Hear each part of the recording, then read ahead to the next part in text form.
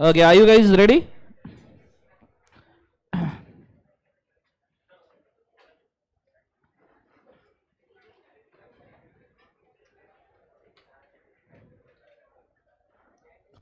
चलो भाऊ पेन कुठे पे भाऊ साहेब.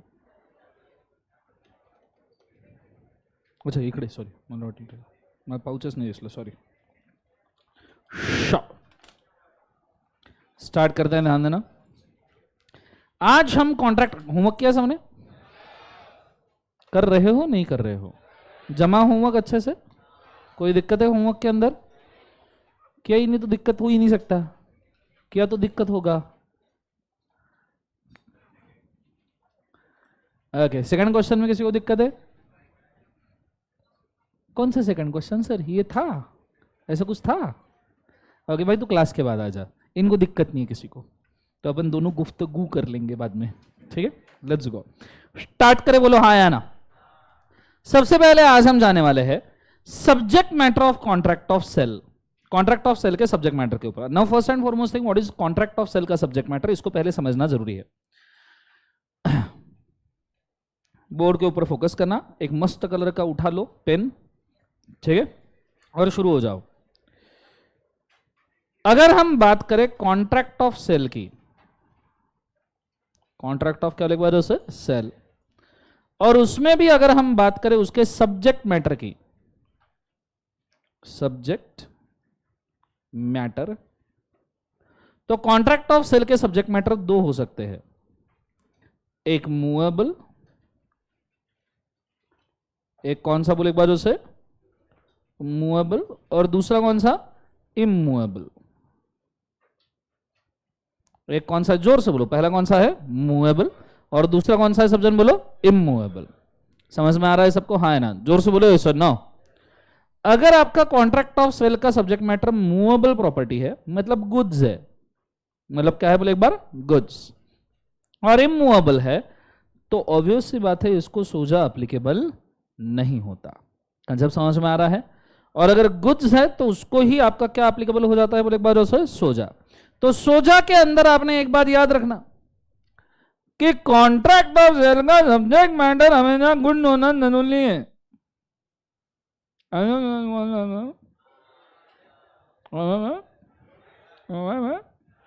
सो हमेशा सब्जेक्ट मैटर क्या होना जरूरी है? गुड्स. पर कई बार ऐसा हो सकता है कि आपका ये जो सब्जेक्ट मैटर गुड्स है, इसमें दो इश्यूज हो जाए. दो क्या हो जाए? इशू. एक तो सब्जेक्ट मैटर डिस्ट्रॉय हो जाए, एक तो सब्जेक्ट मैटर क्या हो जाए? डिस्ट्रॉय, या सब्जेक्ट मैटर पेरिश हो जाए. क्या हो जाए बोले एक बार उसे? Perish. What is destruction of subject matter? For example, एक छोटा सा एग्जाम्पल लेते हैं. समझो भाई, नाम बोल. कैवल्य, कैव्य. कैव्य जो था, इसने सोचा कि मैं जिंदगी मिला गया ना को दोबारा के ट्रिप के ऊपर जाऊंगा. ठीक है, और ये कैवल्य खुद के 2-3 दोस्तों को लेकर ट्रिप पे निकला. फिर इसने सोचा कि मैं सांड के आगे भागूंगा, तो ये भागा, बच गया. फिर इसने सोचा मैं समंदर के अंदर कटरीना के साथ गोता लगाऊंगा. बोलो हाँ है ना? तो इसने गोता तो लगाया, कटरीना नहीं मिली, पर तो मछलियों के साथ बाहर आ गया. फिर कैव्य ने सोचा अब मैं स्काई डाइविंग करूंगा, तो कैव्य ने स्काई डाइविंग के लिए मस्त पैराशूट वगैरह पहना और जोर से कूदा. ये कैव्य, ये जोर से कूदा, और ये इसका पैराशूट.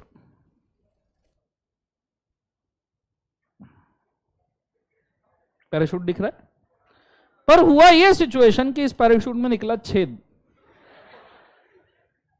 बड़ा वाला. ठीक है, अब मुझे एक बात बताओ, इसने पैराशूट का जो एक कॉन्ट्रैक्ट किया होगा, स्काई डाइविंग में parachute is subject matter of contract. बोलो हाँ है ना? तुम बिना पैराशूट के स्काई डाइविंग का कॉन्ट्रैक्ट करोगे? अरे बोलो ना हाँ है ना, कि नहीं भाई स्काई डाइविंग तो करना है पर पैराशूट नहीं चाहिए. ऐसा हुआ क्या? जोर से बोलो यस और no. So this is subject matter, और कहना ऐसे कि subject matter is already destroyed. अरे यस और नो? तो मुझे बताओ, क्या ये कॉन्ट्रैक्ट वैलिड है या वॉइड है? वैलिड है या वॉइड है? देखो साइड में ही बोला है, बहुत अच्छे से ध्यान देना. If at the time of the contract of the sale is entered into the subject matter of the contract being the specific good, which without the knowledge of the seller have been destroyed, so as damage has not answered to the description of the contract, and then the contract is void ab initio. ये कई व्या कल लगाए तुले, समझ में आया क्या? कंफ्यूज है क्या जीवन में? क्या समझा नहीं समझा? सो ऑब्वियस सी बात है, इसको क्या हम बोलेंगे? बोले एक बार जोर से, void ab initio. कंसेप्ट समझ में आ रहा है मैं क्या कह रहा हूं? क्यों? क्योंकि सब्जेक्ट मैटर ऑलरेडी डिस्ट्रॉयड था. सो जब आपका सब्जेक्ट मैटर इस धरती पे डिस्ट्रॉय हो जाएगा कॉन्ट्रैक्ट ऑफ सेल में, तो it becomes void ab initio. Concept समझ में आ रहा है मैं क्या कह रहा हूं? जोर से बोलो यस और no.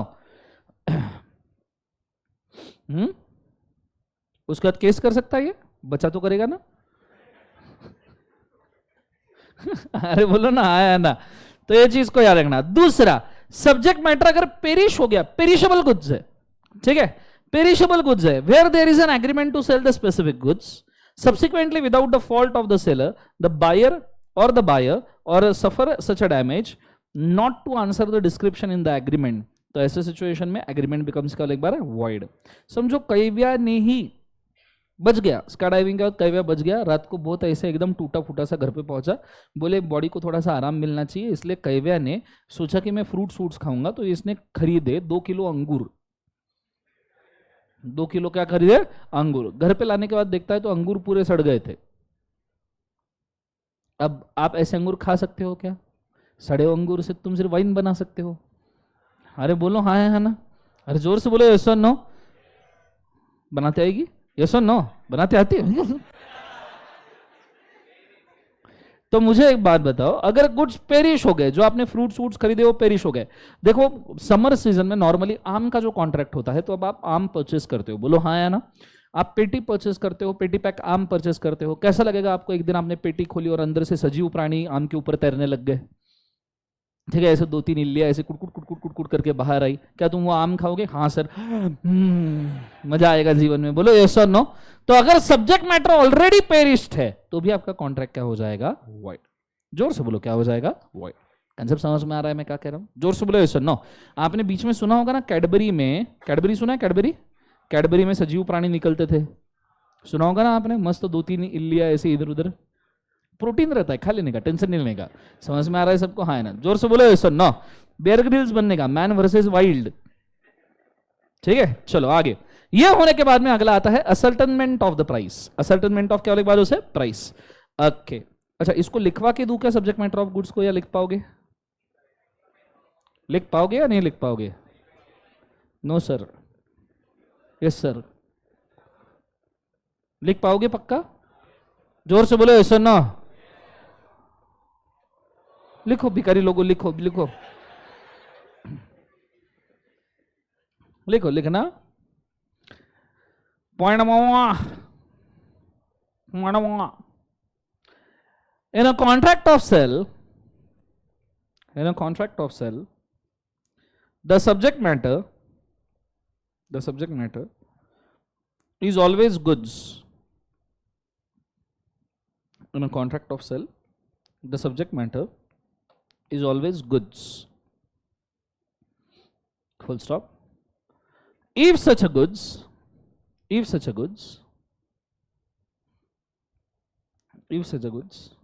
are destroyed,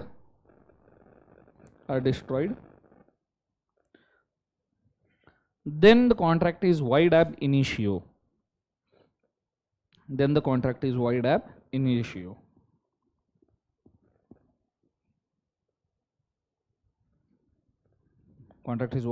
initio. Full stop.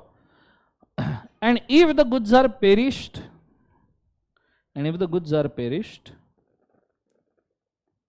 क्या लिख बाजू से? perished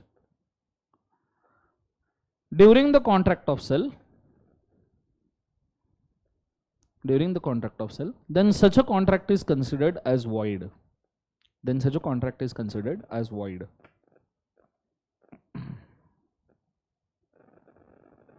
Full stop.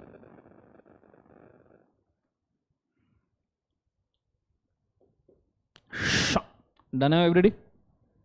बच्चों बोलो हो गया, ये सर नो। ओके चलो ये हो गया आपका।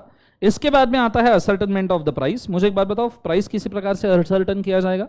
आपको याद है place of performance, time of performance, उसके अंदर तीन कंडीशन डाली, प्रायोरिटी 1, प्रायोरिटी 2, प्रायोरिटी 3। प्रायोरिटी 1 क्या था? As per agreement. Priority 2 as per custom reasonable person, हाँ है ना? एंड प्रायोरिटी 3, समझ में आ रहा है सबको, हाँ है ना? वैसे ही प्राइस रहता है सबसे पहले कॉन्ट्रैक्ट ऑफ सेल में प्राइस फिक्स किया जाता है इन द कॉन्ट्रैक्ट। काय में फिक्स किया जाता है? Contract. Agreed to be fixed in a manner provided in the क्या बोले बाजू से? Contract. Determine the course of the dealing between the क्या बोले बाजू से? पार्टीज। तो आप जैसा डिसाइड करो वैसा प्राइस फिक्स कर सकते हो। Where is an agreement to sell the goods, the terms of the price has to be fixed by the third party, then obvious सी बात है कि आपने उससे वैल्यूएशन करवाना चाहिए। कई सारे कॉन्ट्रैक्ट के अंदर वैल्यूएशन करवाया जाता है वैल्यूअर से।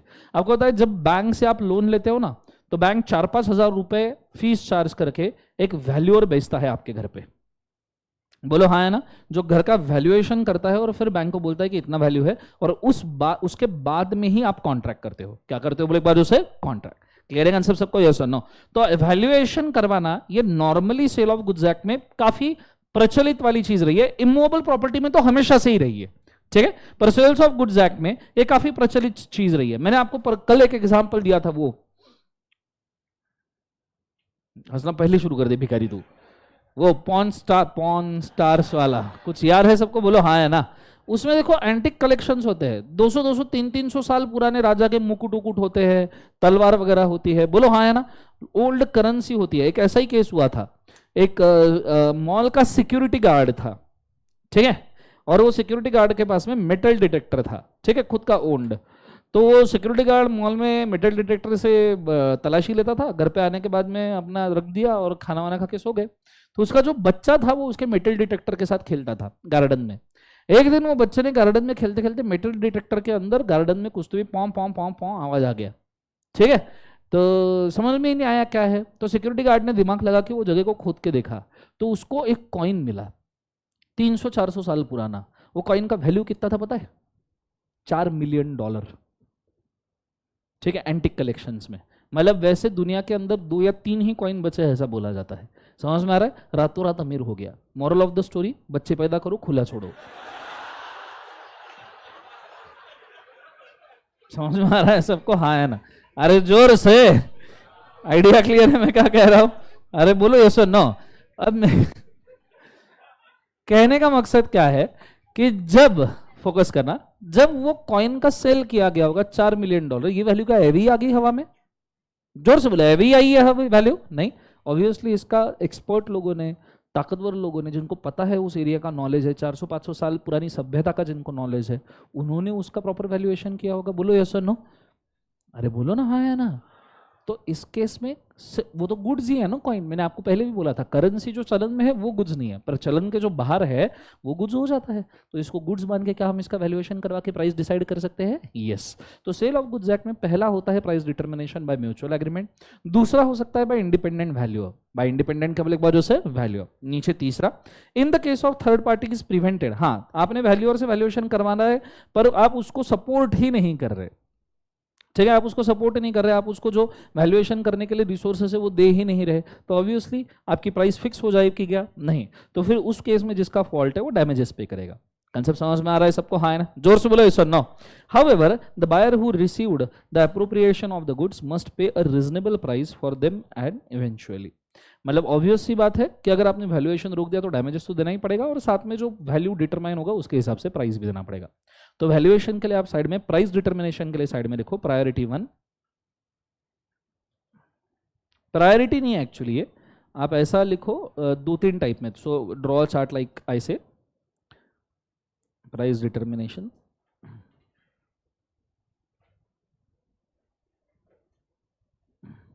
प्राइस डिटरमिनेशन को हम 2 पार्ट में डिवाइड करते हैं। पहला वाला part fixed by mutual agreement,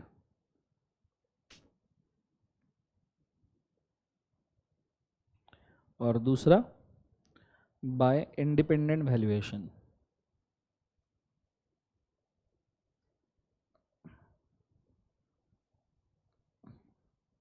ये दोनों नहीं हो पाया इफ नॉट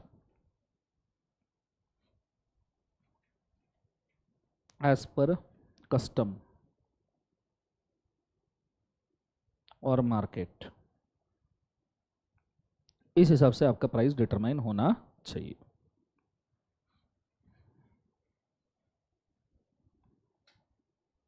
डन एवरीबॉडी?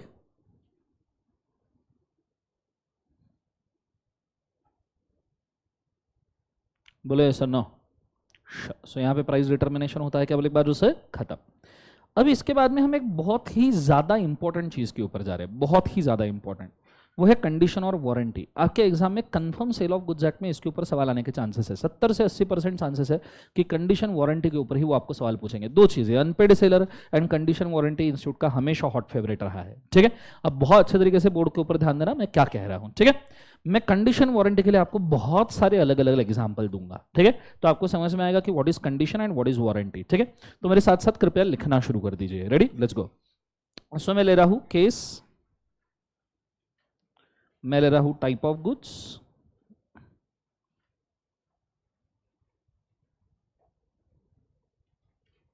मैं ले रहा हूं कंडीशन,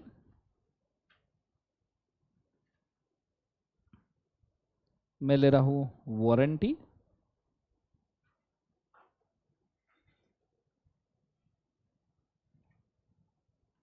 मैं ले रहा हूं ब्रीच ऑफ, मैं ले रहा हूं कॉन्सिक्वेंसेस, ठीक है। 2 पेज लग जाएंगे जॉइंट वाले, ड्रॉ कर लीजिए अलग अलग कॉलम्स में। Are you guys ready?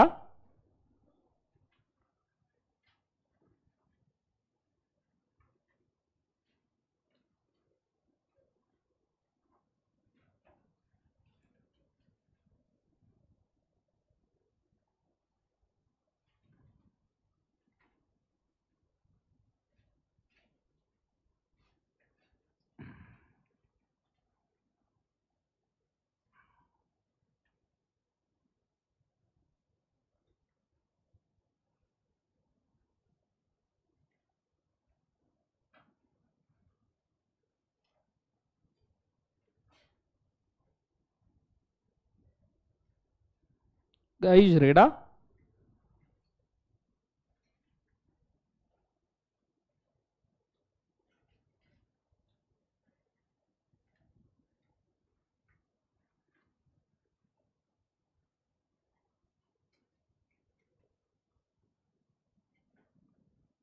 सबने ड्रॉ कर लिया?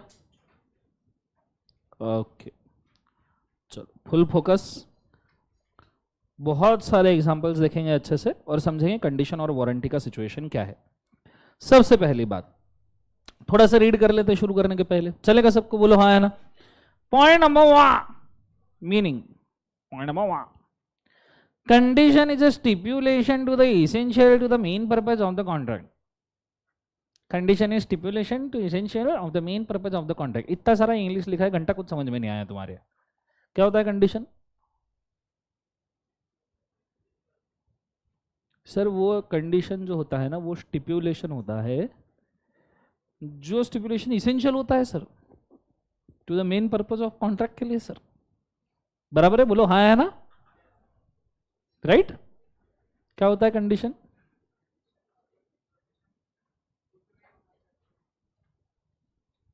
Okay. What is warranty? Warranty is a stipulation collateral to the main purpose of the contract. तो वारंटी क्या होता है सर? वो ना, वो कोलैटरल होता है सर। काय को सर? वो condition, condition main, warranty collateral sir. बराबर है? Right? Right of aggrieved party, aggrieved party can repudiate the contract and claim the damages, or both. Warranty में aggrieved party can claim only damages but it can not repudiate the contract. नीचू breach of condition, breach of condition may be treated as breach of warranty but breach of warranty can not be treated as breach of condition. ये तो घंटा समझ में नहीं आया। कुछ समझ में आया? क्योंकि तुमको ये मालूम ही नहीं कंडीशन और वारंटी क्या है। तो बोर्ड के ऊपर बहुत अच्छे से ध्यान देना। Let's take an example. छोटे छोटे एग्जाम्पल लेते, लिटिल लिटिल स्मॉल मिलाते जाओ। शौकीन लग रहे हो हैं? Let's go. केस नंबर 1 लिखते जाओ सब जन। केस नंबर 1, समझो कैव्या ने, कैव्या मालूम है ना, कैव्या ने समझो लिया एक लैपटॉप वीडियो देखने के लिए, मतलब वीडियो लेक्चर रहे भिखारी लोगों। सो कैव्या ने लिया एक लैपटॉप, क्या देखने के लिए बोले एक बार जो से, वीडियो। अब मुझे एक बात बताओ, लैपटॉप का बेसिक वर्क क्या होता है? क्या बेसिक वर्क लैपटॉप क्यों लेता है आदमी? बेसिक क्या एक्सपेक्टेशन है लैपटॉप से? ऑडियो वीडियो अच्छे से चले, सॉफ्टवेयर अच्छे से चले, बोलो हाँ या ना, अरे बोलो ऐसा नो, सॉफ्टवेयर अच्छे से चले, ऑडियो वीडियो अच्छे से चले, काम इजी हो जाए, बोलो हाँ या ना। सो लैपटॉप का बेसिक कंडीशन है कि भैया ऑडियो वीडियो सॉफ्टवेयर ये अच्छे से चले, लैपटॉप मूवेबल होना चाहिए। लैपटॉप लेके नहीं तो फायदा क्या, एक ही जगह पे बैठ के अगर आपको काम करना पड़ा तो, सो मूवेबल होना चाहिए एक्सेट्रा। ये बेसिक चीजें है लैपटॉप से एक्सपेक्टेड, बोलो यस और नो, बोलो यस और नो। तो ये तो लैपटॉप में था ही, पर कैव्या का मन नहीं भरा। कैव्या शॉपकीपर को बोलता है, बोले सुनो लैपटॉप तो मैं ले रहा हूं, पर मेरे को लैपटॉप के अंदर ना ऑडियो वीडियो सिर्फ ऐसे नॉर्मल 8K चाहिए, बोले 8K। ऐसा ऐसा वीडियो देखते हो ऐसा लगना चाहिए कि मैं ही वीडियो में हूं। समझ में आ रहा है ना? बोले लाइव फीलिंग आना चाहिए ऐसे एकदम खतरनाक वाला। अरे मैं लेक्चर्स की बात कर रहा हूं नालायको। सो ऐसे वीडियो देखो तो ऐसा लगे कि मैं वहीं पे हूं, मतलब फेस टू फेस में। समझ में आ रहा है सबको? हाँ है ना? जोर से बोले sir no. So what is requirement of Kavya? He require a 8K resolution वाला लैपटॉप। कौन सा laptop? 8K resolution with Dolby digital Atmos sound. Dolby digital Atmos sound, Atmos. बोलो हाँ है ना? बोलो यस और नो। अब मुझे एक बात बताओ,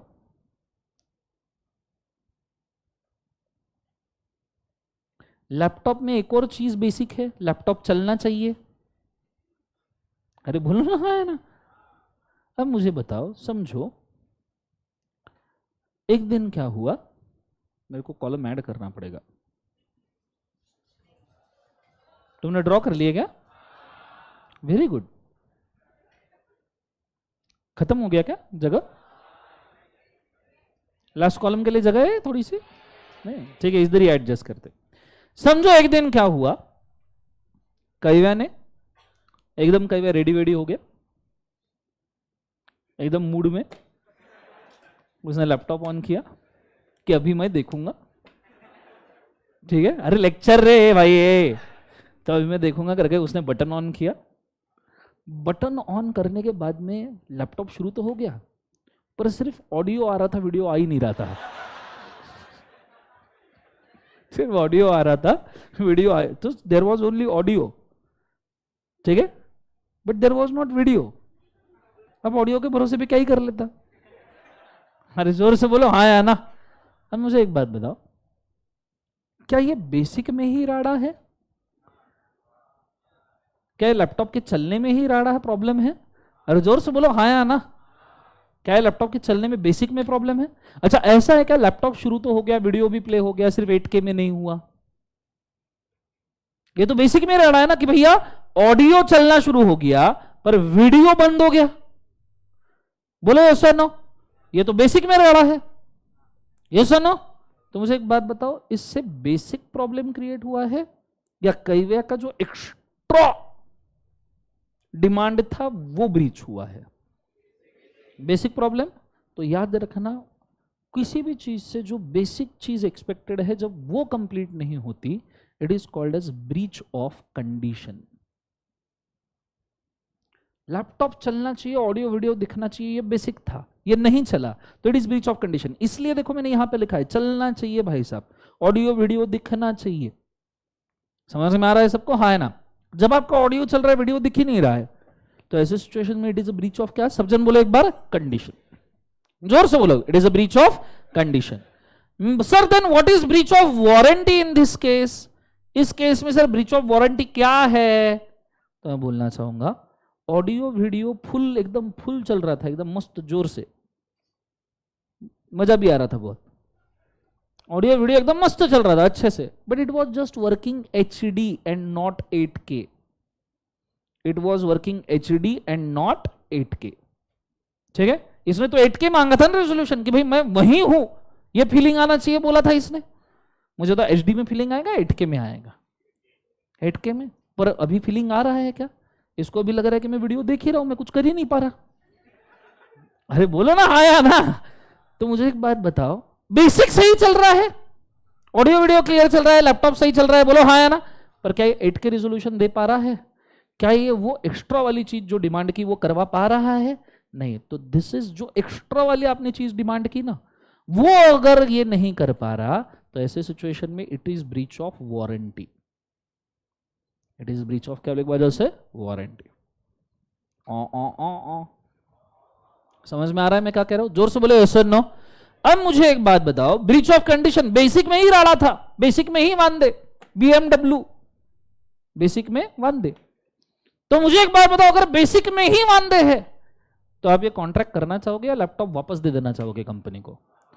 तो ब्रीच ऑफ कंडीशन का कॉन्सिक्वेंस होता है रिप्यूडिएट द कॉन्ट्रैक्ट. रिप्यूडिएट क्या वाले से? Contract and claim damages. And claim क्या वाले से? डैमेजेस. डैमेजेस किस बात के? कि भैया जो भी लॉस हुआ कैविया को उस समय, वो डैमेजेस. कि भैया मूड बना था पर वीडियो ही नहीं, मतलब जो भी डैमेजेस. समझ में आ रहा है कैविया? ठीक है. लेकिन ब्रीच ऑफ वारंटी की वजह से 8K में लैपटॉप नहीं चला, 8K के हिसाब से आपका रिजोल्यूशन नहीं आया, वीडियो सब सही चल रहा है, बाकी लैपटॉप से अच्छा ही परफॉर्मेंस है, पर 8K में वीडियो नहीं चला. तो इस सिचुएशन में you can just claim the damages. आप कॉन्ट्रैक्ट रिप्यूडिएट नहीं कर सकते, क्लेम द डैमेजेस. ठीक है, ये बीच में मैंने और लिखा है. हाँ, क्या लिखा है? तो सबको समझ में आ रहा है डिफरेंस कंडीशन और वारंटी का? अरे जोर से बोले सर ना, जोर से. चलो बहुत बढ़िया. एक और एग्जांपल लेते, एक एग्जांपल, 2-3 एग्जांपल लेंगे तो समझ में आ जाएगा पूरा का पूरा. ठीक है, चलो next example. Let's take an example. Case number 2. Case number क्या वाली बात से? 2. ठीक है, समझो. अब कोई भी प्रोडक्ट बोलो तुम्हारे हिसाब से, तुम जो बोलोगे उसके ऊपर अपन बना डालेंगे इसको. एनीवन? क्या? मोबाइल सिमिलर एरिया का हो गया ना, थोड़ा सा अलग. क्या लैपटॉप मोबाइल एक ही चीज है ना, वीडियो दोनों में दिखने वाला है. कार? कार पक्का? चलो लेट्स गो कार. ठीक है, ओके. मुझे बताओ कार से बेसिक क्या एक्सपेक्टेड है कंडीशन में? चलनी चाहिए. बोलो हाँ या ना. दूसरा,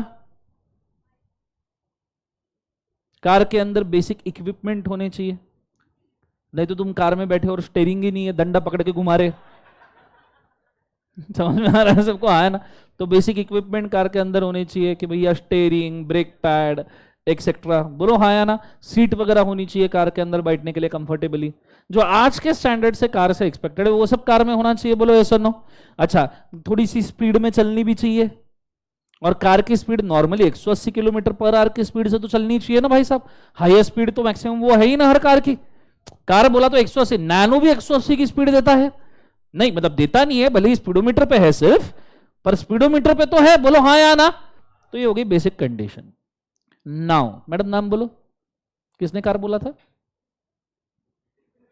कोई नहीं बोल रहा. किसने कार बोला था? तूने बोला. नाम बोल. क्रिश. क्रिश ने बोला था कार. तेरे को कार की क्या जरूरत है, तू तो क्रिश है. ठीक है, लेट्स गो. अब क्रिश ने बोला था कार. अब क्रिश ने जब कार ली तो क्रिश ने क्या बोला? ये सब ठीक है, पर मेरी कार जो है उसके अंदर मोशन सेंसिंग होना चाहिए. मोशन क्या होना चाहिए? सेंसिंग. मैं ऐसा करूं तो छत बंद होना चाहिए, मैं ऐसा करूं तो अरे तो विंडो के कांच ऊपर होने चाहिए. बोल रहा हूं मैं नालायक लोगों. तुम क्या जिंदगी के अंदर सोच रहे, ऐसा मतलब विंडो के कांच ऊपर होनी चाहिए ना, है ना, मोशन सेंसिंग होना चाहिए। अरे आजकल आता है ना यार फीचर मोशन सेंसिंग का, कैसी बातें कर रहे हो यार। उसको एडिशनल चीज क्या चाहिए थी, मोशन सेंसिंग। क्या चाहिए थे बोले एक बार उसे, मोशन सेंसर। कंसेप्ट समझ में आ रहा है सबको, हाँ है ना, अरे बोलो ना, है ना, यहां तक आइडिया क्लियर है, बोलो यस और नो। अब इसके अंदर समझो क्रिश ने कार में चाबी लगाई, कार शुरू की और मस्त कार का पहला गियर डाला, फर्स्ट गियर, और एकदम एक्सेलरेशन मारा और कार चली गई पीछे। कार चली गई पीछे पहला गियर डालने के बाद। मुझे तो कार से एक्सपेक्टेड है क्या, दिस इज बेसिक में वन दे BMW। अरे बोलो हाँ या ना। सो फर्स्ट गियर डालने के बाद में कार रिवर्स में चली गई।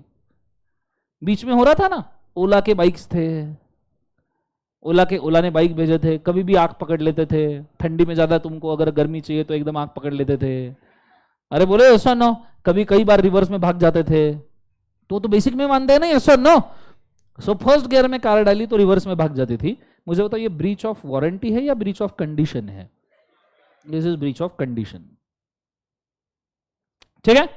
पर दूसरा इसने स्पेसिफिकली क्या मांगा था, मोशन सेंसर। जोर से बोलो क्या मांगा था, मोशन सेंसर। अब यहां पे भाई साहब क्रिश कार में बैठ के अलग अलग एक्शन कर रहा है, अजीबोगरीब, कि ऐसा ऐसा ऐसा, तो कुछ हो ही नहीं रहा। ऐसा मतलब वाइपर नहीं रहते क्या, ऐसे ऐसे ऐसे, तो अलग अलग एक्शन कर रहा है, कुछ ही नहीं हो पा रहा जीवन के अंदर। अब मुझे एक बात बताओ, इतने हरकतें कर ली, डांस भी कर ले उसने कार के अंदर, डांसिंग कार हो गई वो इवेंट में। अरे मतलब आई मीन टू से, तो मुझे एक बात बताओ ऐसे सिचुएशन में, क्या मुझे एक बात बताओ, क्या मोशन सेंसिंग वर्क कर रहा है? नहीं। So no motions, no no क्या है, सॉरी, मोशन सेंसर फेल,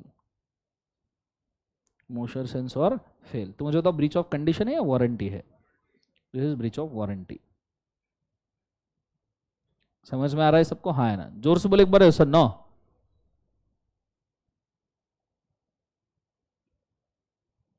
यहां तक आइडिया क्लियर है? जोर से बोले सर नो। अब मेरा सवाल यह है, कंडीशन अगर तोड़ा तो अब क्रिश क्या कर सकता है? अरे जोर से बोलो क्या कर सकता है?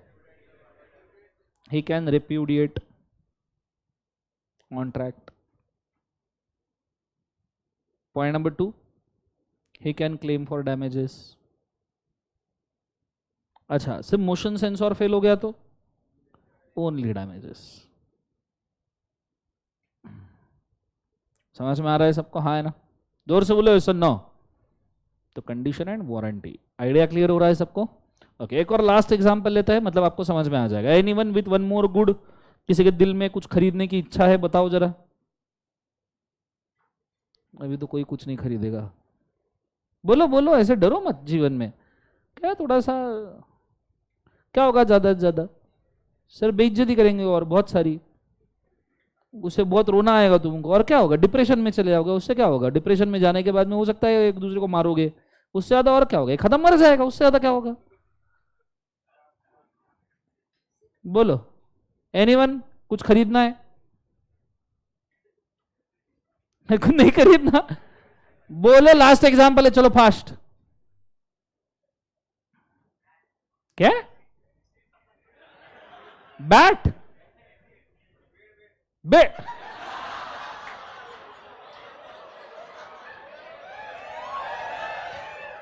क्या खरीदना है इसको? बेड।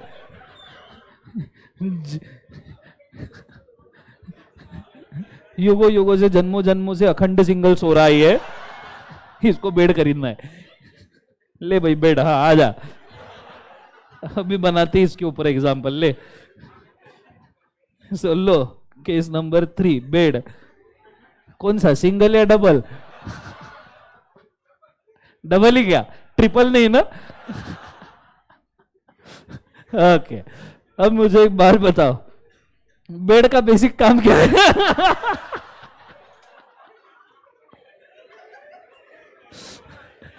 बेड का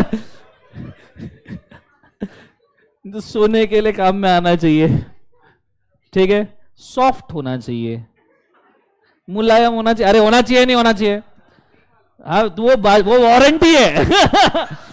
स्प्रिंग वाला और बाउंसी होना चाहिए, वारंटी है। बेड सोने लायक होना चाहिए, कंडीशन है। समझ में आ रहा है सबको, हाँ है ना। सो इसलिए सोना है, सॉफ्ट होना चाहिए, हाँ है ना। और उसके बाद में बेड का कंडीशन क्या होता है कि भैया साफ सुथरा होना चाहिए, उसके अंदर खटमल वटमल नहीं होने चाहिए, ठीक है, हाइजीनिक होना चाहिए। समझ में आ रहा है सबको, हाँ है ना, अरे बोलो ना, हाँ है ना। नेक्स्ट वन, अब इसके अंदर किसने बोला था बेड, नाम बोलो। गौरव, गौरिया।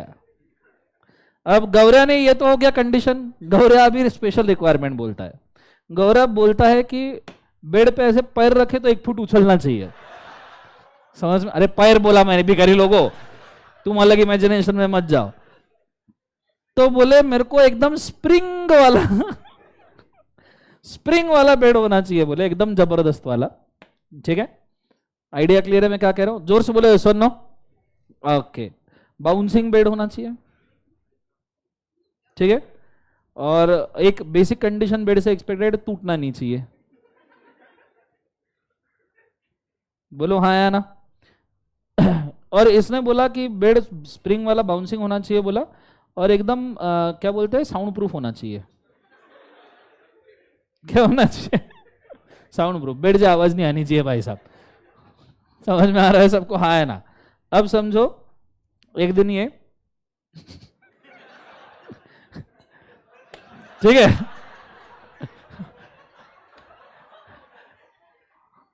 और जब बेड के ऊपर ये सो रहे थे 2 लोग, अब मेरे को नहीं पता किसके साथ, तो इनके 2 लोगों को खटमलों ने ज्वाइन कर लिया, ठीक है, तो इट बिकम्स मेनी सम।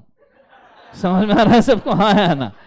सो अगर बेड से खटमल निकले, ठीक है, या तो फिर बेड टूट गया, बहुत ज्यादा उछल कूद की होगी तो टूट गया, तो दिस इज ब्रीच ऑफ क्या एक बाजू से कंडीशन। समझ में आ रहा है सबको, हाँ है ना। और दूसरा, इसने बोला था 1 फुट उछलना चाहिए, अरे बोला ना हाँ है ना, पर उछला ही नहीं। उल्टा इसने बेड पे पैर रखा, पैर बेड के अंदर घुस गया, फंस गया। अरे पैर फंस गया ना, सो नो बाउंस, फंस गया। इट इज ब्रीच ऑफ क्या वजह से, वारंटी, ठीक है। नाउ कंडीशन तोड़ा तो ये क्या क्लेम कर सकता है, रिप्यूडिएशन, बेड वापस दे देगा, बोले जमीन ही ठीक है, प्लस क्या बोले वजह से डैमेजेस और बाउंसेस वगैरह। घुटना कैसे लोगे जीवन में यार। एंड वारंटी अगर तोड़ा तो सिर्फ क्या क्लेम कर सकता है बोले एक वजह से डैमेजेस। समझ में आ रहा है सबको, हाँ है ना। ओके, सो 3 मस्त एग्जांपल देख लिया अपन ने, कंडीशन और काय के बोले एक बार warranty. With this example I hope so तुमको समझ में आया होगा, condition is a very basic undertaking of a thing, कि वो चीज से क्या एक्सपेक्टेड है। कार है, चलनी चाहिए, मोबाइल है, एप्लीकेशंस रन होनी चाहिए, फोन लगना चाहिए, मैसेजेस जाने चाहिए, एप्लीकेशंस चलनी चाहिए। बोलो हाँ या ना। समझो ग्लास है, ग्लास का बेसिक कंडीशन क्या है कि भाई इसके अंदर कुछ ना कुछ लिक्विड फिलअप होना चाहिए, सॉलिड है तो फिलअप होना चाहिए, पीते वक्त आराम से पीते आना चाहिए। समझ में आ रहा है सबको, हाँ है ना, जोर से बोलो। अब इस ग्लास में अलग कलर चाहिए, इज वारंटी। समझ में आ रहा है, इस ग्लास के अंदर जब पी रहा हूं तो ऐसे एकदम अलग महक आनी चाहिए, इज वारंटी। कि हाँ रोज वुड से बना हुआ ग्लास चाहिए, सो जब मैं पानी पीऊं तो रोज वुड की स्मेल आए। चंदन के वुड से बना हुआ ग्लास होना चाहिए, जब मैं पानी पीऊं तो चंदन की स्मेल आए। जैस्मिन, मोगरा, उसका स्मेल आना चाहिए। तो these are warranties, these are क्या बोले से warranty. Whatever you expect extra over a specific basic understanding of a thing is called as warranty. और वारंटी तोड़ने से कभी भी आपके गुड्स का कॉन्ट्रैक्ट रिप्यूडिएट नहीं होता, आप सिर्फ डैमेजेस क्लेम कर सकते हो। पर कंडीशन तोड़ने से कॉन्ट्रैक्ट रिप्यूडिएट हो सकता है। अब आपने थोड़ा सा ये सेंटेंस पे ध्यान देना, अगर आपने कंडीशन तोड़ा, बात को जरा समझो। यहां पे जब बेड टूट गया, जब बेड क्या बोले एक बार टूट गया, तो बाउंसिंग एक्सपेक्ट करने से कोई फायदा है क्या? मतलब breach of condition is a breach of warranty. Bed टूट गया मतलब बाउंस ही नहीं है। अरे बोलो ना हाँ या ना। सो कहना है breach of condition is a breach of warranty, सब जन बोलेंगे यस और नो। पर बाउंस नहीं है इस वजह से बेड टूट गया क्या? बाउंस नहीं इस वजह से बेड टूट गया, बेड तो फिर भी है ना, सिर्फ बाउंस नहीं है। तो क्या breach of warranty is a breach of condition? No. अब वो सेंटेंस पढ़ो वापस से, मैंने जो बोला था, ठीक है, डिफरेंस में आपको नहीं समझा था ना। देखो अब डिफरेंस वापस से पढ़ो, तुमको सब समझ में आएगा प्रॉपरली, ठीक है, फोकस करना अच्छे से, ठीक है। Condition is a stipulation essential to the main purpose. जो गुड्स है उसका मेन पर्पस क्या है? लैपटॉप का मेन पर्पस है चलना, ऑडियो वीडियो दिखाना, एप्लीकेशन को रन करना। बोलो हाँ या ना। Warranty it is stipulation collateral to the main purpose. चल रहा है, ऑडियो वीडियो चल रहा है, कोलैटरल 8K में चलना चाहिए। कंसेप्ट समझ में आ रहा है सबको? हाँ है ना। नीचे party can repudiate contract, laptop जो चल ही नहीं रहा उसको तो बंदी करके रिप्लेस करना पड़ेगा। बोलो हाँ या ना। और यहां पे you just can claim damages कि भाई नहीं चल रहा है, चलिए पैसे वापस ले ले। पर आप कॉन्ट्रैक्ट रिप्यूडिएट कर सकते हो क्या? नहीं। नीचे breach of condition is treated as breach of warranty. अगर आपका लैपटॉप में वीडियो ही नहीं चल रहा है तो 8K का संबंध ही नहीं आता, breach of condition leads to breach of warranty. पर आपके लैपटॉप में वीडियो चल रहा है, सिर्फ 8K नहीं चल रहा, तो क्या कंडीशन ब्रीच हुआ क्या? नहीं। समझ में आया पक्का मैं क्या कह रहा हूं? जोर से बोले एक बार सुनो, इतना क्लियर अंडरस्टैंडिंग दिमाग में रखना, कंडीशन क्या है और क्या बोले एक बार, वारंटी क्या है। Is it very clear? सार इसके आंसर राइटिंग पॉइंट लिखा दो ना।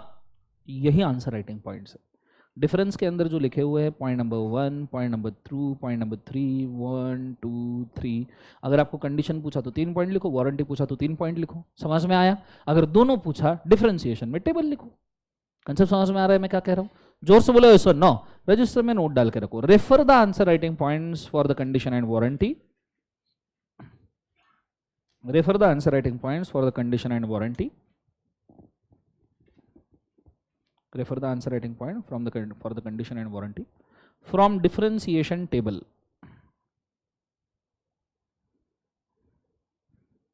From differentiation table from book.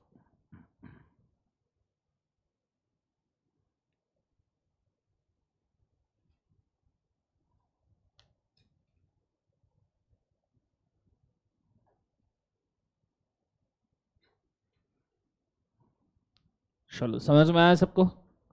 जोर से बोलो सर नो। अब नीचे ने खतरनाक वाला टेबल दिया है, when a condition is to be considered as warranty.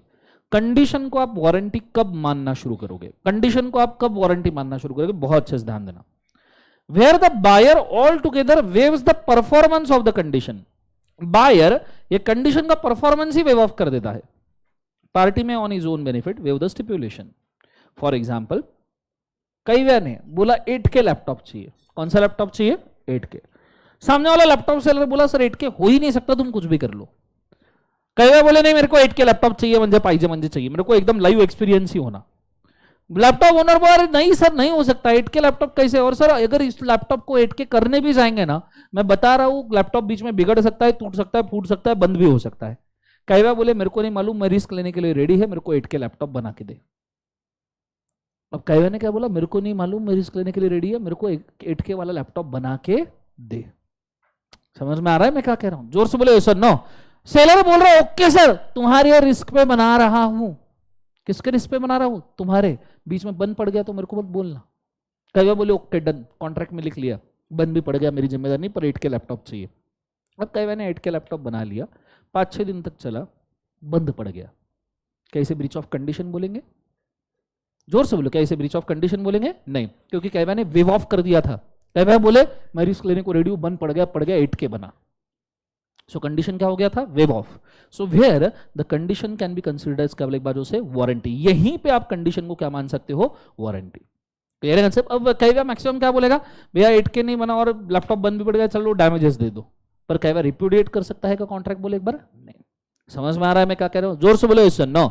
नीचे where the buyer elects to treat the breach of the condition thus as one of the warranty, that is to say he may only claim damages instead of repudiating the जो से contract।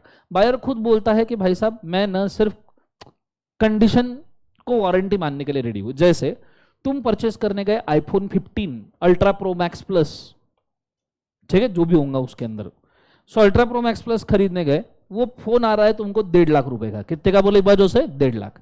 तुमने बोला 1.5 लाख का phone है यार, 1.5 लाख तो मैं देने के लिए रेडी नहीं हूं, डिस्प्ले पीस है ये, डिस्प्ले का पीस रखा हुआ था, डिस्प्ले पीस है सस्ते में दो। तो बोले सर नहीं दे सकता। तुम बोले डिस्प्ले पीस है चाहिए मेरे को, सस्ते में दो, डिस्प्ले पीस है, कितने सारे लोगों ने देखा होगा।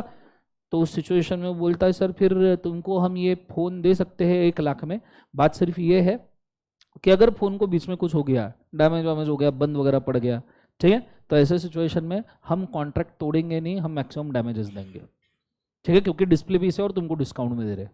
तो तुमने फोन लिया आईफोन 1.5 लाख का 1 लाख में, और तुमने क्या बोला कि अगर कुछ भी हुआ तो मेरे को सिर्फ डैमेजेस दे देना। तो व्हाट यू आर सेइंग कि कंडीशन का मेरे से कोई लेन देन नहीं है, कुछ भी हुआ तो मैं डैमेजेस लेने के लिए रेडी हूं, मैं ब्रीच ऑफ कॉन्ट्रैक्ट करने के लिए रेडी नहीं हूं। कंसेप्ट समझ में आ रहा है मैं क्या कह रहा हूं? जोर से बोले एक बार, यस और नो। तीसरा वाला, where the contract is non-severable and the buyer has accepted either the whole goods or any part thereof. Acceptance means acceptance envisaged in section number का एक बार जो से 2. Contract is non-severable, non-severable contract, ऐसा contract जो तोड़ा नहीं जा सकता। Can you tell me example of ऐसा contract जो तोड़ा नहीं जा सकता?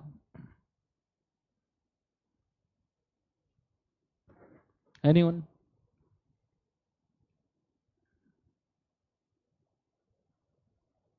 बोलो बोलू, अरे बोलू क्या, कुछ सोचो थोड़ा सा दिमाग में। एक भी एग्जांपल समझो, कई व्या, क्या बोली मैं आई क्यों क्लास में आज। समझो कई व्या की शादी थी, कई व्या की क्या थी, और शादी में डेकोरेशन वगैरह करते हैं ना आजकल, वो एकदम नई प्रथा है कि ऐसे क्रेन वेन से ऐसे इधर उधर से ऐसे किधर तो से तो भी एंट्री मरवाते हैं। बोलो हाँ है ना, इधर उधर से अक्षय कुमार कैसे लटका के भेजते हैं, अरे होता है ना वो रोड लोडर क्या क्या तो नहीं एंट्री के तरीके होते हैं। बोलो हाँ या ना, अरे जोर से बोले सर नो। तो कई मैंने डिसाइड किया मेरी शादी में मेरी ग्रैंड एंट्री होनी चाहिए। कैसी एंट्री होनी चाहिए बोले एक बार उसे ग्रैंड। तो इसने ऐसे ऐसे जमीन से बाहर आने वाला ऐसा रोटेटिंग स्टेज लिया, ठीक है, ऐसा रोटेटिंग स्टेज जिसके अंदर कैव्या और कैव्या की बीवी दोनों खड़े और ऐसे वो स्टेज ऐसे बाहर आएगा, ठीक है। तो ऐसे सिचुएशन में now that stage is a goods movable property, आप उसको ट्रांसपोर्ट कर सकते हो। बोलो हाँ है ना। इधर म्यूजिक म्यूजिक शुरू हो गया और सब ने आतिशबाजी वगैरह शुरू कर दी और इसका स्टेज रोटेट ही नहीं हो रहा, ये नीचे गड्ढे में ही बैठे हैं ये और बीवी। बोले अरे कब जाएगा ऊपर। अब मुझे एक बात बताओ, बेसिक कंडीशन क्या था, स्टेज रोटेट होकर ऊपर आना चाहिए। बोलो हाँ है ना। टाइम पे कंप्लीट हुआ क्या, पर इस कॉन्ट्रैक्ट को आप रिप्यूडिएट कैसे करोगे, ये कॉन्ट्रैक्ट को आप तोड़ोगे कैसे, क्योंकि टाइम ऑफ परफॉर्मेंस निकल गया। अब आप मैक्सिमम क्या कर सकते हो, डैमेजेस क्लेम। तो कंडीशन का रिप्यूडिएशन ऑफ कॉन्ट्रैक्ट का जो कॉन्सिक्वेंस है वो कहां गया, वो तो है ही नहीं, वो तो कर ही नहीं सकते। शादी होने के बाद बोलेगा नहीं I want to repudiate a contract, कौन सा कॉन्ट्रैक्ट, वो तो गया ना। It's once in a lifetime event. जब घूम के ऊपर आना चाहिए था तब नीचे बैठे थे ये दोनों, पता नहीं क्या कर रहे थे। अरे बोलो ना हाँ या ना। तो ऐसे केस में मुझे एक बात बताओ, क्या आप कॉन्ट्रैक्ट तोड़ पाओगे, कॉन्ट्रैक्ट हुआ ही नहीं। अरे भाई समय निकल गया ना, इसेंशियल मेन वैलिडेशन क्या था कि क्या हुआ। सो मेन क्या था कंसिडरेशन कि भाई घूम के वो स्टेज आना चाहिए। अब वो समय निकलने के बाद में कैसे कॉन्ट्रैक्ट तोड़ेगा, ये रिप्यूडिएशन हो ही नहीं सकता। The only thing you can do is a claim damages. Are you understanding मैं क्या कह रहा हूं, जोर से बोले एक बार यस और नो। तो ऐसे सिचुएशन में आपका condition is treated as warranty, क्योंकि आप सिर्फ डैमेजेस क्लेम कर सकते हो। कंसेप्ट समझ में आ रहा है मैं क्या कह रहा हूं, जोर से बोले यस और नो। नीचे where the fulfillment of any condition or the warranty is excused by law or by reason of impossibility or otherwise। Court ने ऑर्डर किया या लॉ ने बोला कि इस कॉन्ट्रैक्ट की कंडीशन निपटा दो या ये कॉन्ट्रैक्ट की वारंटी निपटा दो। फॉर एग्जांपल सिगरेट्स, सिगरेट की बेसिक कंडीशन क्या है, धुआं अच्छा निकलना चाहिए ना भिखारी लोगों। सिगरेट की कोई बेसिक गवर्नमेंट कंडीशन मानता ही नहीं है, कोई बेसिक कंडीशन नहीं है। अडल्ट्रेटेड सिगरेट्स के लिए कोई ये नहीं है, पिनलाइजेशन नहीं है। सिगरेट खुद ही अडल्ट्रेशन है जीवन में। अरे बोलो ना हाँ या ना। Are you understanding. उसके ऊपर 85% कवर के ऊपर लिखा रहता है कि तुम मरने वाले हो। अरे बोलो यस और नो एवरीबॉडी। तो उसमें आप कोई बेसिक कंडीशन लगा पाओगे क्या, नहीं। ऑपरेशन ऑफ लॉ से ऑलरेडी कंडीशन उड़ा दी गई है सब। कंसेप्ट समझ में आ रहा है मैं क्या कह रहा हूं, जोर से बोले एक बार यस और no. So these are the example जब कंडीशन को आप क्या करके ट्रीट कर सकते हो, बोले एक बार जो से वारंटी। कंसेप्ट समझ में आ रहा है मैं क्या कह रहा हूं? जोर से बोलो हाँ या ना। चलो यहां पे लिख के रखो एग्जाम्पल्स हर एक के। Alteration in laptop at buyer's risk.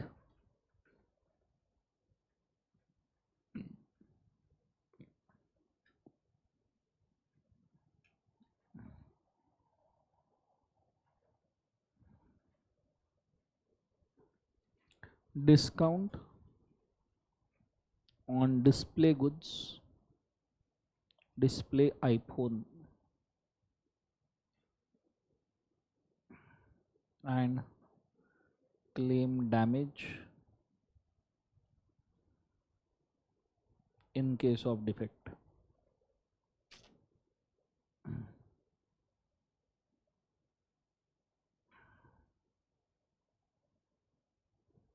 Marriage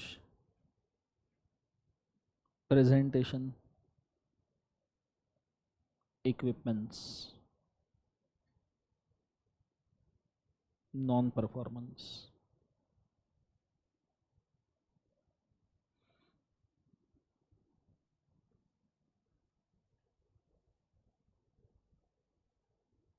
Cigarettes.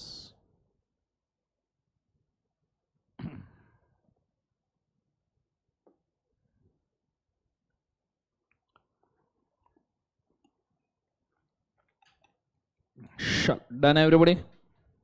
बोलो बच्चों हाँ या ना। आगे बढ़े मैं? बोलो हाँ या ना। अब कुछ होते हैं इम्प्लाइड कंडीशंस और कुछ होते हैं इम्प्लाइड वारंटीज। पूरा ध्यान मेरे को बुक के ऊपर बोर्ड के ऊपर चाहिए और फोकस करना बहुत अच्छे तरीके से, ठीक है? ओके, जिनको बुक नहीं मिली वो सपोर्ट टीम को एक बार कॉल करें, आपको बुक्स मिल जाएगी, they will coordinate with you. Now सबसे पहली बात, there are some express conditions and warranties. एक काम करो, रजिस्टर के अंदर हेडिंग डालो implied conditions and warranties. Implied conditions and warranties. Implied conditions and warranties.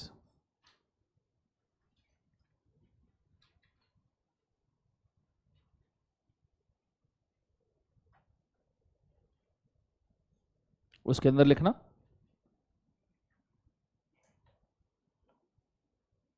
implied conditions and क्या है बोले एक बार जो से warranties। उसके अंदर लिखना when point number 1, when one person sells the goods, when one person sells the goods to another, when one person sells the goods to another, it is assumed that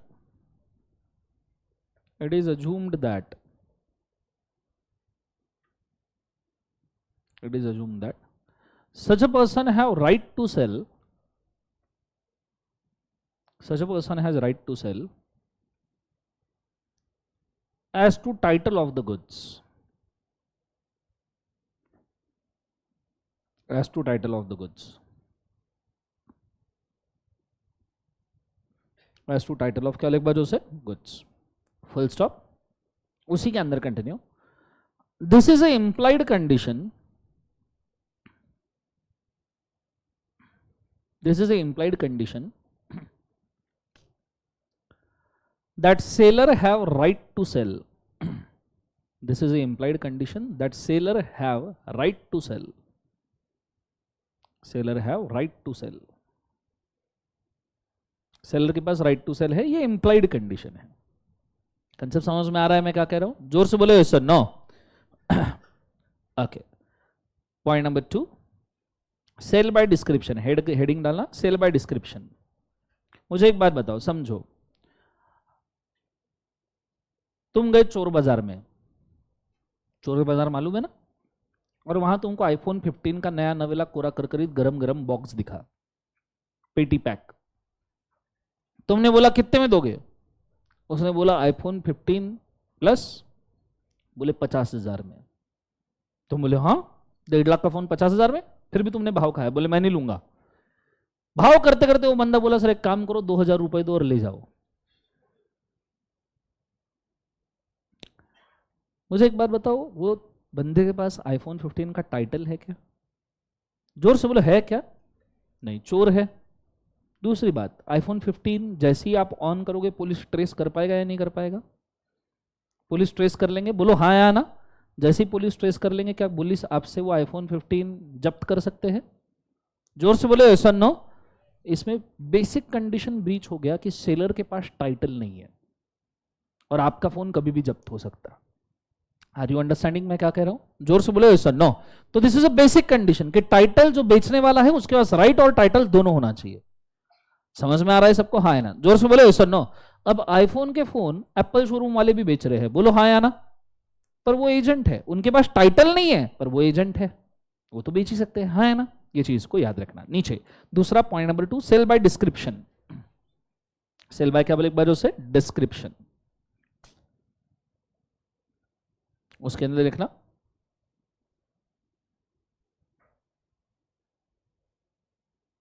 cell by description. मुझे एक बात बताओ, normally आप जब कोई चीज purchase करते हो, जैसे pre booking, pre booking of car होता है, प्री बुकिंग ऑफ फोन होता है। मुझे बताओ, प्री बुकिंग के पहले आपके हाथ में क्या कार का मॉडल आता है? नहीं। क्या आपके पास में कार का या फोन का मॉडल हाथ में आता है? नहीं, आपके हाथ में सिर्फ डिस्क्रिप्शन आता है। आपने शायद सुना होगा, नहीं सुना होगा, स्कॉर्पियो महिंद्रा का जब बुकिंग शुरू हुआ तो 1 घंटे में 25,000 बुकिंग्स आए थे, 25 से 30,000। अब क्या लोगों ने वो कार चला के देखी? क्या वो लोगों को मालूम है कार कैसी है? नहीं, लोगों ने फिर भी बुकिंग कर दी है। सिर्फ कार का फोटो देख के, डिस्क्रिप्शन देख के, कार में क्या फैसिलिटीज है ये सब सुन के लोगों ने सिर्फ कार बुक कर ली। अब समझो, स्कॉर्पियो के अंदर डिस्क्रिप्शन लिखा हुआ है कि ये कार के अंदर भाई साहब एयर वेंटिलेटेड सीट्स है, ठीक है, 4 टायर है, 4WD कार है। 4WD मतलब चारों व्हीकल को इंजन पावर करता है, और एक्चुअल में ये नहीं निकला, तो कहना है it is a breach of condition, क्योंकि it is not matching a description. It is not matching क्या बोले एक बार? डिस्क्रिप्शन। तो नीचे लिखना, when a person purchases the goods as per a description, when the person purchases the goods as per a description, when the person purchases the goods as per a description,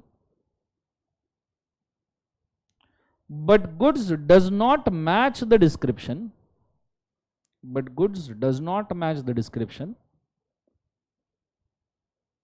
that goods does not match the description, after delivery,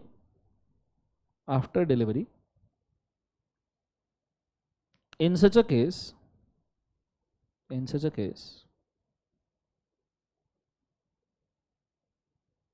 it is breach of condition. In such a case it is a breach of क्या लिख बार उसे? condition, full stop. It is a breach of condition. लिख लिया सबने? जोर से बोलो sir no. Idea clear है मैं क्या कह रहा हूं एग्जैक्टली? जोर से बोलो हाँ या ना।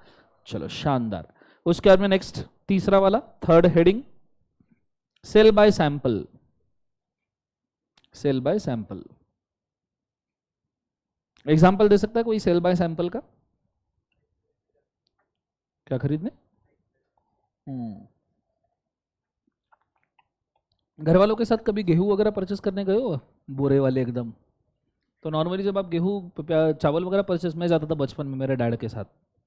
ऐसे हम एक बचपन में हमारे यहाँ रिवाज हुआ करता, रिवाज ही बोलूंगा मैं उसको, रिवाज हुआ करता था कि समर लगने के पहले, ठीक है, समर आने के पहले नॉर्मली विंटर के एंड में हम गेहूं वगैरह परचेस करने जाते थे।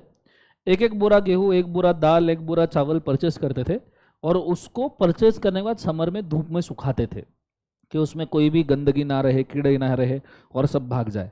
तो ऐसे सिचुएशन में जब जहां परचेस करने जाते थे ना, तो गेहूं को जो ये रहता था सेलर, वो गेहूं के बोरे में ऐसे दन करके छेद करता था, थोड़े से गेहूं बाहर निकालता था अंजुली भर के, और आपको कहता था देखो करके, फिर आप सूंघते थे, टेक्सचर देखते थे, है ना, फिर ही आप ऑर्डर करते थे बोरे का।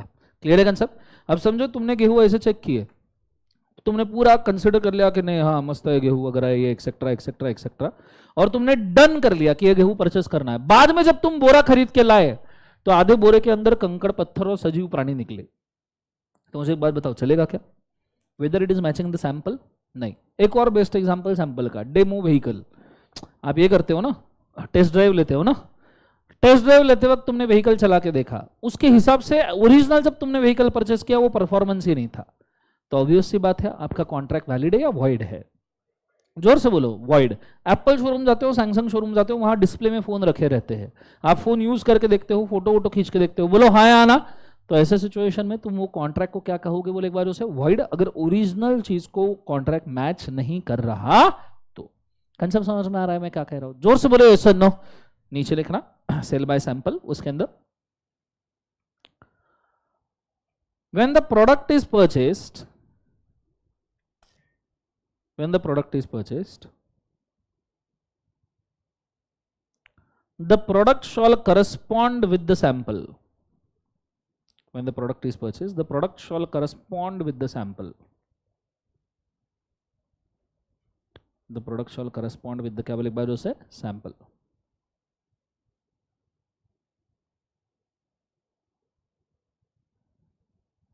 Full stop. Either it is the bulk goods, either it is the bulk goods or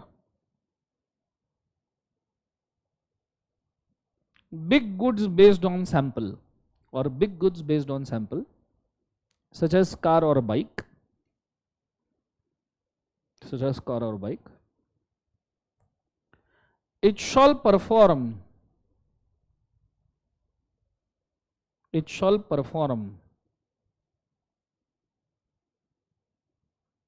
as per the sample. It shall perform as per the sample. Full stop. समझ में आ रहा है मैं क्या कह रहा हूं? जोर से बोले सर नो। वहां नीचे एग्जांपल डाल देना, test drive vehicle, purchase of grains etcetera, test drive vehicle, purchase of grains etcetera. Sure, done. Next one, अगला हेडिंग। अब ये दोनों का मिक्सचर है, purchase of sample as well as description, दोनों के पॉइंट कंबाइन करके लिख लेने का। कंसेप्ट समझ में आ रहा है? तो उसका अपन टेंशन नहीं लेंगे। नेक्स्ट वाला, condition as to, next heading, condition as to quality and fitness. Condition as to quality and fitness. Condition as to quality and का एक बार उसे फिटनेस।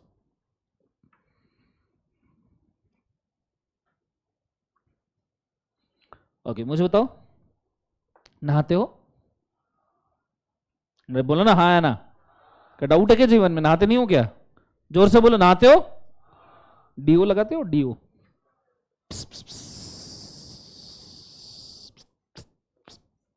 बोलो हाँ या ना। डीओ के ऊपर साइन होता है इन्फ्लेमेबल का।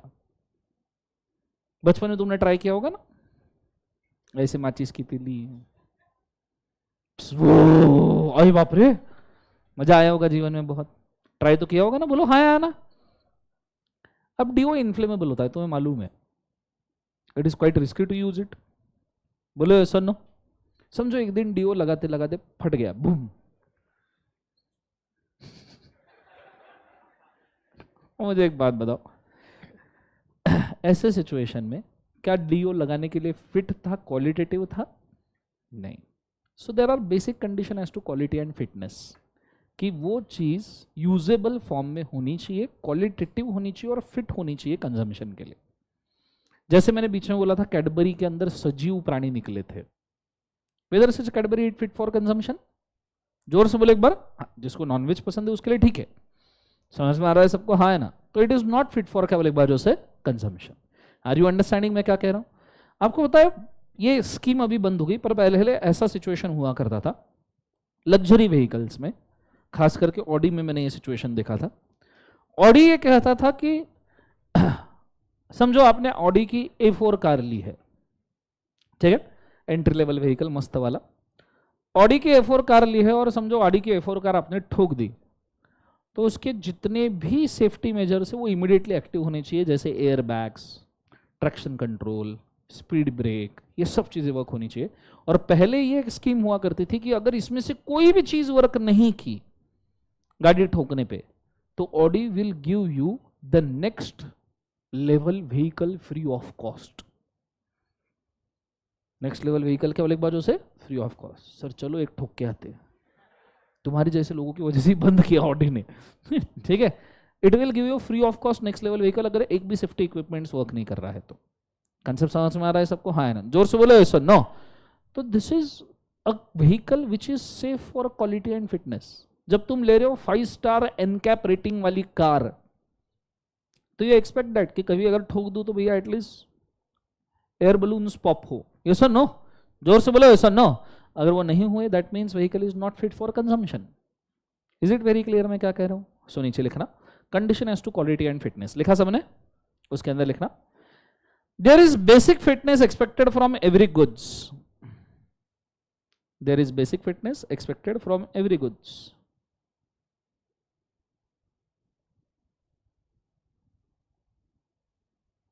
There is basic fitness we expect from every goods. Full stop. The goods should be fit for the performance. The goods should be fit for the performance.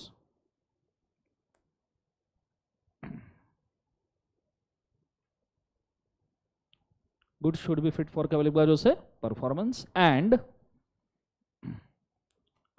the quality of goods should be such. The quality of goods should be such that it should not damage the user. That it should not damage the user. Full stop.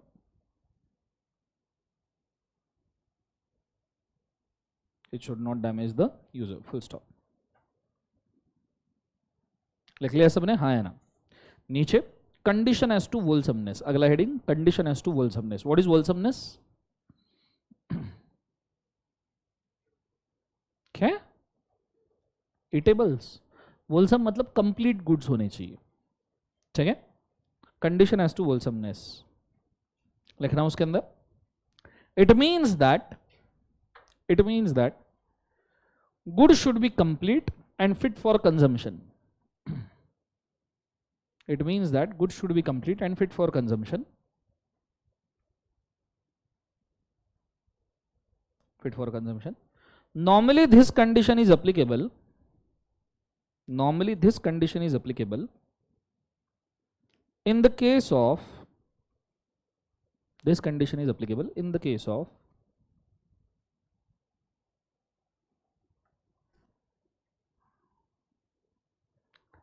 food products and eatables. Food products and eatables.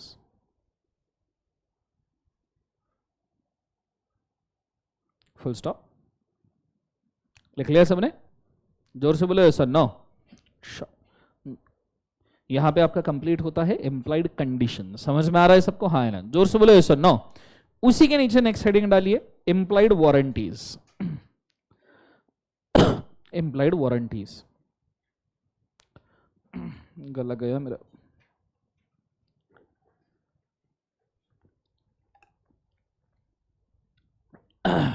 Okay, सबसे पहला heading डालना employed warranties में। Employed warranties is a main heading. हाँ मतलब next point नहीं है, ये main heading है। ठीक है, तो उसको मेन हेडिंग जैसे लिखना। उसके अंदर पॉइंट नंबर 1 मतलब हेडिंग सब heading number 1 warranty as to possession. Warranty as to possession उसके अंदर लिखना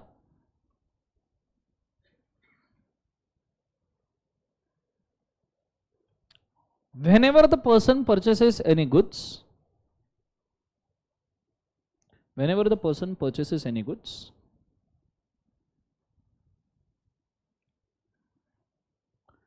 he must enjoy the possession of the same. He must enjoy the possession of the same.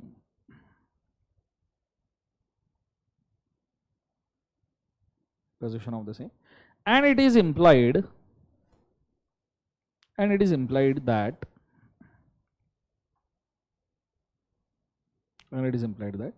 no one shall bother him, and it is implied that no one shall bother him about the possession of the goods. No one shall bother him about the possession of the goods anymore. Full stop. मतलब तुमने iPhone खरीदा and दूसरे दिन company वापस आके लेके चली गई, चलेगा क्या तुमको? जोर से बोले एक बार। नहीं। दूसरा second heading, warranty as to non existence of encumbrance. Encumbrance पता है? What is encumbrance? Warranty as to non existence of encumbrance. समझो तुमने एक कार खरीदी। क्या खरीदी? कार। तुम कार मस्त घर पे लेके आए, मस्त एकदम उसको हार वार पिला के एकदम चकाचक पॉलिश्ड कार। दूसरे दिन बैंक आई, एचडीएफसी की बैंक, और बोली इस कार के ऊपर लोन चल रहा है, और बैंक कार लेके चली गई। हो सकता है ना? बोलो हाँ या ना? यस और नो? तो ऐसे सिचुएशन में जब आप कोई गुड्स परचेस करते हो तो आपने अज्यूम कर सकते हो कि भैया इस गुड्स के खिलाफ कोई लोन नहीं है, कोई चार्ज नहीं है, एक्सेट्रा। क्लियर है? तो लिखना point number 1, in case of purchase of goods, it is expected that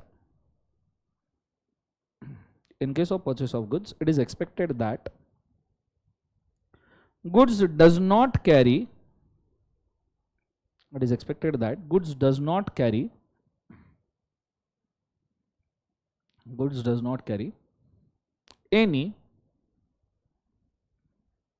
any charge or the loan over itself.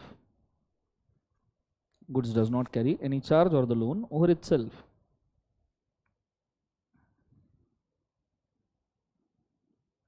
Full stop. That means it is free to use.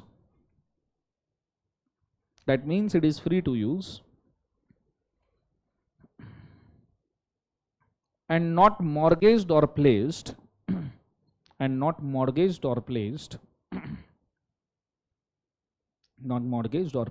to any person.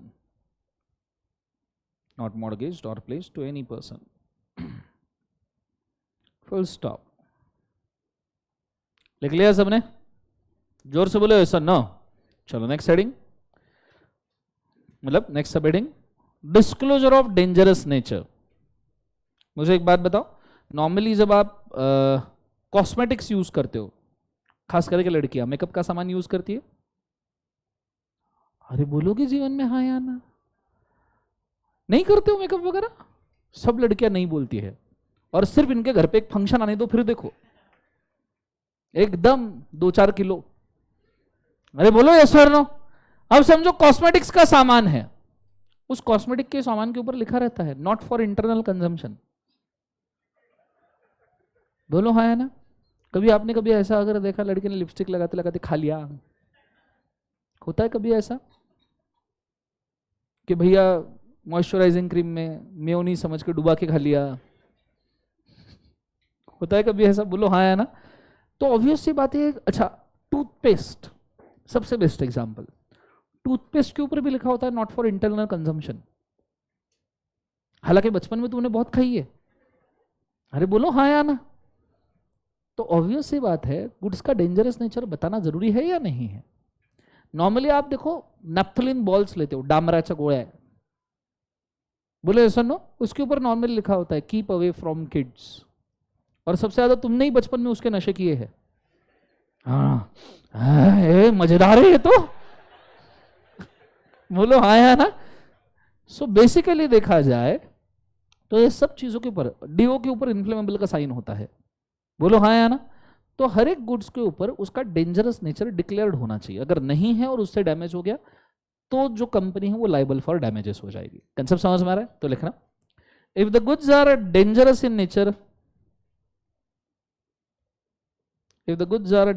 Nature,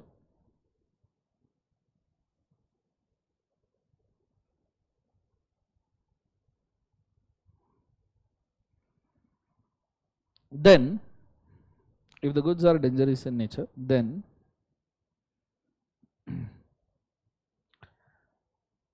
it should be mentioned on the goods. It should be mentioned on the goods in the form of warning. In the form of warning, such as inflammable, poisonous, etc. Such as inflammable, poisonous, etc. Full stop. If in case it is not mentioned,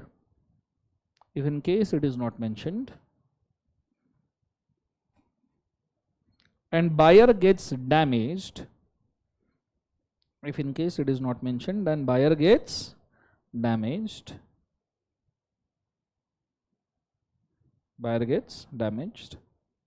then company is liable to pay the damages to the buyer.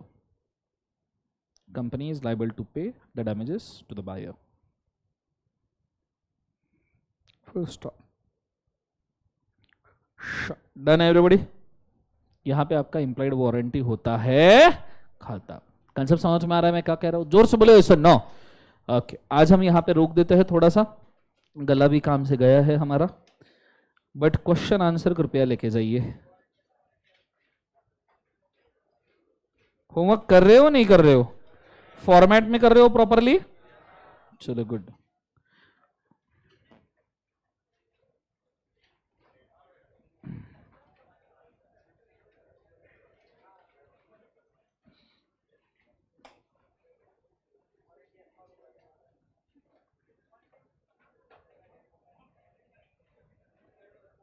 Okay, ये सवाल है, कृपया photo खींच लो। This is your first question. 2.4 ऊपर ही page number है।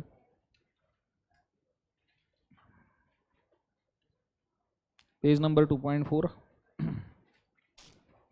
खींचा? बोलो हाँ है ना?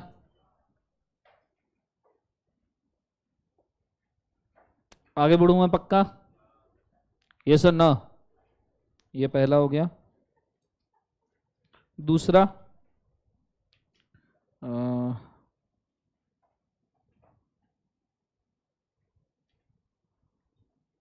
हाँ ये लो, ये दूसरा। सेकंड क्वेश्चन 2.5 पे 2 ही है ना कि 3 है? 2.5 पे खींच लिया सबने फोटो? अच्छा, नेक्स्ट।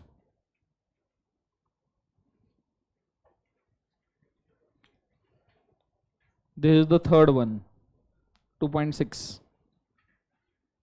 थर्ड वन 2.6 पे।